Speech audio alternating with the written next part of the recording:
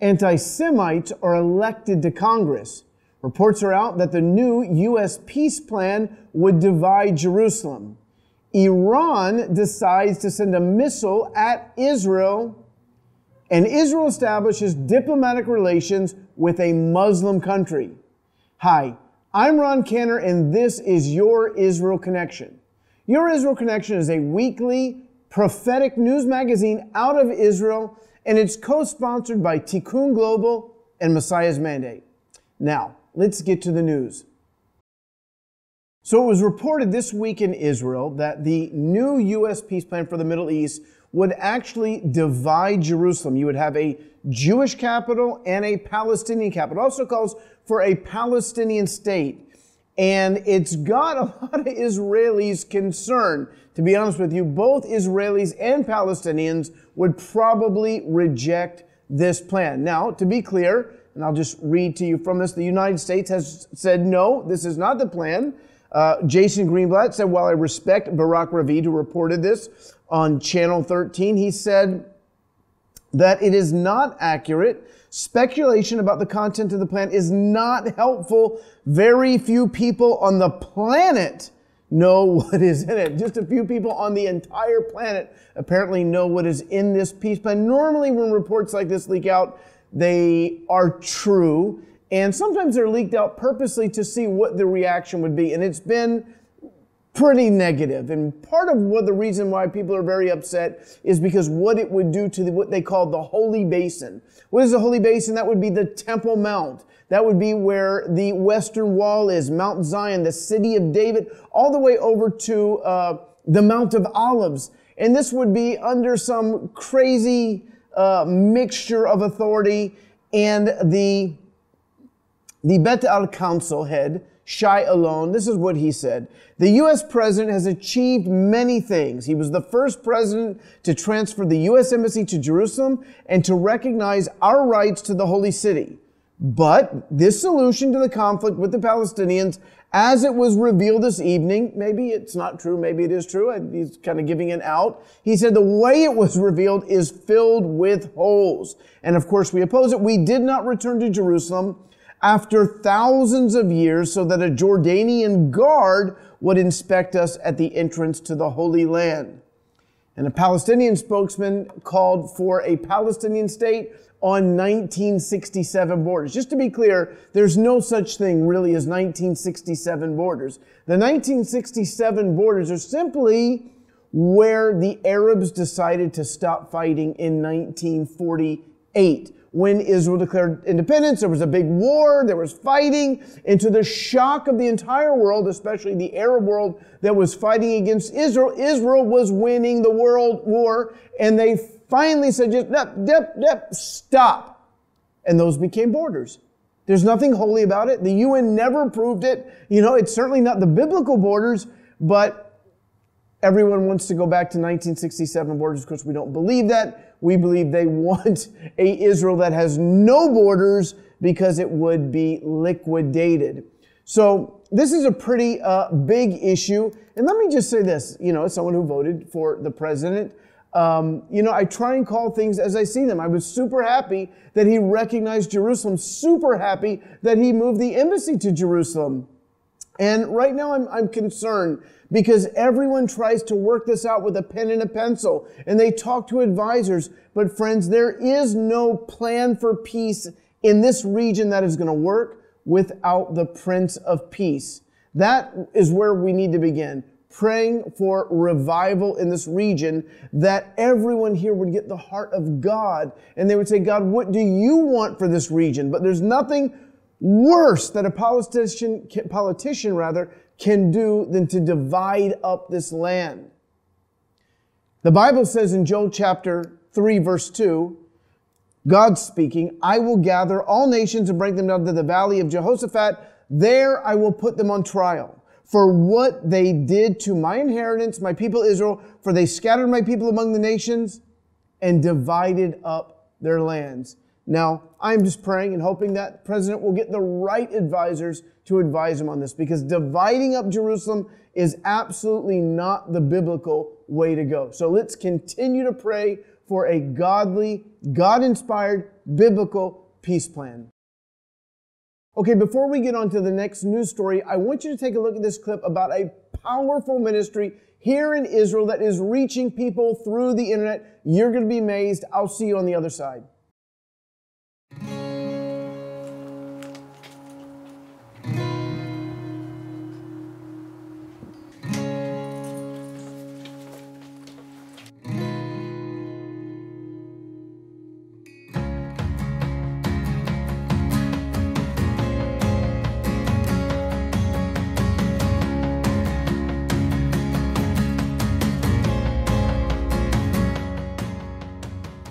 Yeshua Chai is a TV channel that broadcasts 24/7 on the internet.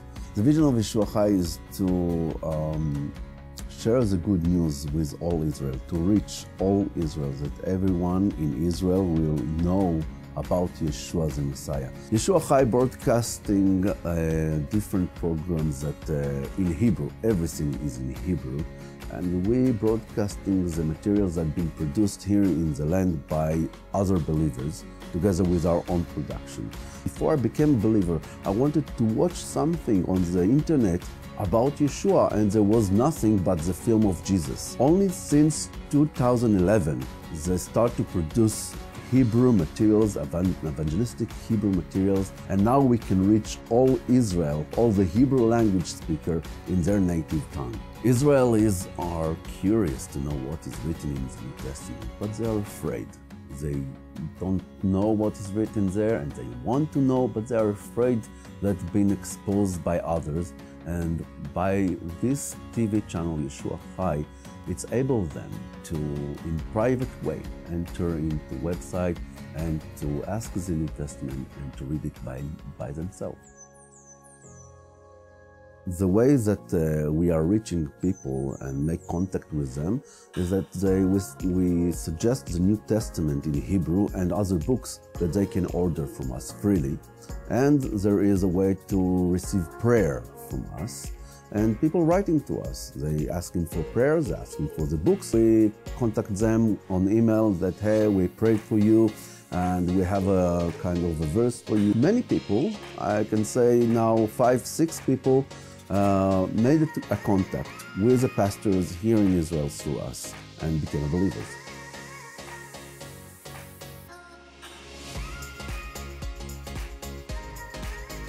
And we invest in the first post of Facebook. If we will put $50, it will reach 10,000 people. If we will invest $100, it will make impact much more stronger, even more than double. We want to share the good news with all Israel, to bring the gospel to all Israel in the internet TV channel 24/7, that all Israel will be saved.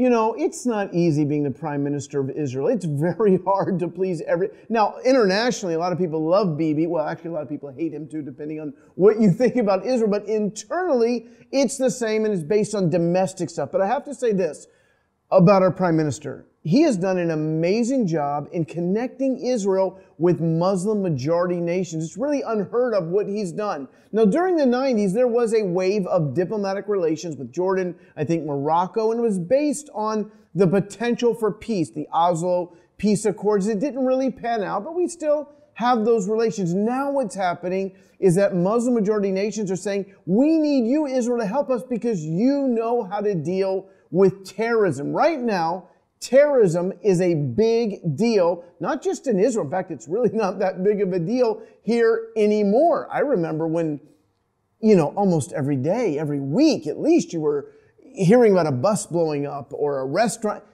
I cannot remember, thank God, the last time we've had a report like that. But this is an issue in Muslim majority nations, and they're now coming to Israel and they're saying, help us, give us your technology. How do you gather intelligence? We need your help. So just this week, our prime minister went down to Chad. Now, Chad is not just your buddy down the street. Chad is a country in Africa. And the president of Chad received our prime minister, and they officially established diplomatic relations. And Chad is a Muslim majority nation, now friends with Israel. This comes on the wave of his connection with other Muslim majority nations. And again, it's all based on Israel helping them deal with terrorism. That's a pretty big deal. Hey, have you ever been to Israel? We've got about 10 spaces left on our upcoming tour from May 29th to June 8th. Fortunately, it's written right there. It's going to be life-changing. I love bringing people to Israel.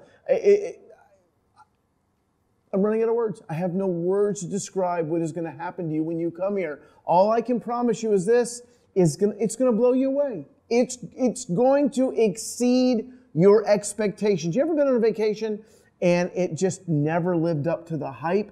Israel is the opposite. Every day is going to be new and exciting adventures. You're going to meet people that you never thought you were going to meet. You're going to see things that you never thought. Let's try that again. You're going to see things that you never thought you would see. I just love bringing people into this experience. Just go to uptozion.net. That's uptozion.net. Get all the information and sign up. Only 10 spaces left, and we're getting an extra large bus. We're going to have an awesome time going all around this country. Uptozion.net. I look forward to seeing you here in my country in May. Hey friends, have you heard about the new congresswoman from Minnesota? Her name is Representative Ilhan Omar, and she hates Israel. Can you believe that? That we have a congresswoman in America that is pro boycott, divestment, and sanctions. That's called BDS. She thinks Israel is evil, and she's been appointed to the Foreign Affairs Committee. That's the committee that decides if they're going to keep helping Israel. We right now get over $3 billion in aid from the U.S., and we need that. We appreciate that. And this is a woman who's now going to sit on a committee, and she's absolutely going to say, stop giving Israel money. Here's what she said a few years ago when we were defending ourselves against literally thousands of Hamas rockets that were coming to Israel. She says, Israel has let's try that again. Easy for me to say.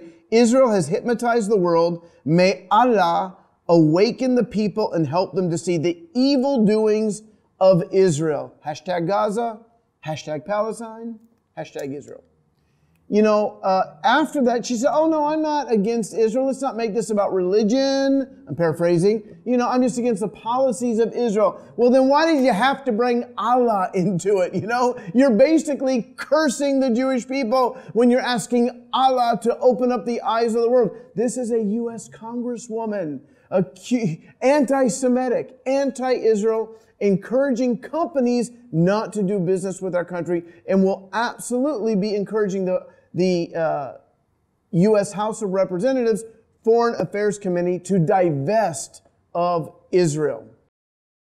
And finally today, I want to talk about Iran. Did you know that just the other day, Iran actually fired a missile at Israel? You see, normally we're dealing with a Hezbollah, Hamas, but it's been a long, long time, if ever, that actually Iranian forces fired a missile at Israel. But they probably were reacting to the fact that we publicized this week that over the past few years, we have bombed Iranian targets in Syria thousands of times. That's a pretty big deal for us to admit out loud. That's the new policy here. The old policy was to do it and not say anything. The new policy is to do it and say, that's right, yeah, we did it. What are you going to do about it? And they decided to do something about it. They sent one missile at Israel, I guess to send a message. And it was about to land on Mount Hermon. You probably know it as Mount Hermon. Did you know there's a ski resort there? There is a ski resort in northern Israel. And people were skiing, when suddenly, and there's video of this, you can find it on YouTube, it was video of people began to hear a noise up in the sky. They looked up and boom! Our Iron Dome blew that missile out of the sky. Now, this is an escalation. Now, they didn't fire it from Iran. They fired it from Syria. And our goal, our commitment, our stated purpose is to keep Iran from having a military base in Syria.